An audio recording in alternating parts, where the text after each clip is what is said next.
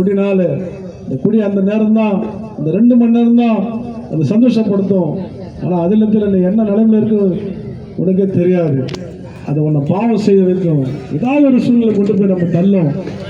ஆனால் அப்படி வாழ்ந்து கொண்டு இருந்தேன். என்ன, எனக்கு கிட்னி கெட்டு போச்சு. எனக்கு என் மனைவி அழுகுறாங்க, சின்ன வயசு மனைவி, 20 வயசு தான் அவங்களுக்கு.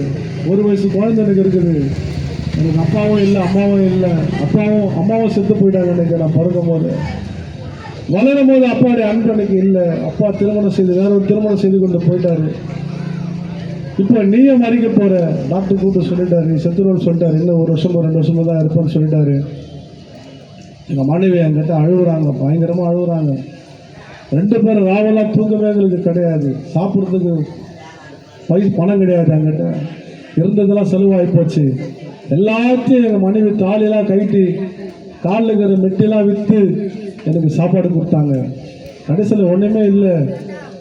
டாக்டர் சொல்லிட்டாரு, இன்னும் 1 வருஷம் இருக்கும், அதோட மறிச்சு போடும் உன் கணவன் சொல்லி எங்கள் மனைவியை பார்த்து சொல்லிட்டாரு டாக்டர். ஏதாவது கேட்டால் வாங்கி கொடுத்து விட்டுரு, அப்படியே போயிட்டோம் அப்படின்னு கூப்பிட்டு சொல்லிட்டாரு டாக்டர். ஆனால் என் மனைவி விடவே இல்லை. என்ன, என் மனைவி எனக்காக ஜாப் பண்ணாங்க. நான் கத்தரை தேடினேன், ஆண்டவர் தேடினேன். எல்லாரும் சொன்னாங்க, இந்த காரியத்தை செய்ப்பா, அதை செஞ்சா இதை செஞ்சா உனக்கு நன்மை நடக்கும், நீ நல்லா எடுவேன்னு சொன்னாங்க. ஆனால் எல்லா இடத்துலையும் நான் ஓடி போய் பார்த்தேன், எதுவுமே எனக்கு சுகம் கிடைக்கலங்க. எங்கெங்கேயே போனேன், அந்த ஒரு இடம் சொன்னாங்க, இந்த ஒரு இடம் சொன்னாங்க, எல்லா இடம் போனேன். ஒரு டாக்டர் ஸ்பெஷலிஸ்ட்டு ராயப்பட்டிருக்கிறாருங்க. அவர் கிட்னி அப்படி புதுசாக மாற்றுவாராம். அவர்கிட்டே போய் சாப்பிட்டேன், மாத்திரை மருந்து சாப்பிட்டேன், நாட்டு வைத்திய மருந்து, கிட்டத்தட்ட 6 மாதம். அப்போ கூட சரியாகலைங்க எனக்கு அந்த வியாதி.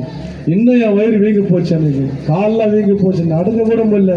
ஒரு பக்கம் வலி, கொடூரமான வலி.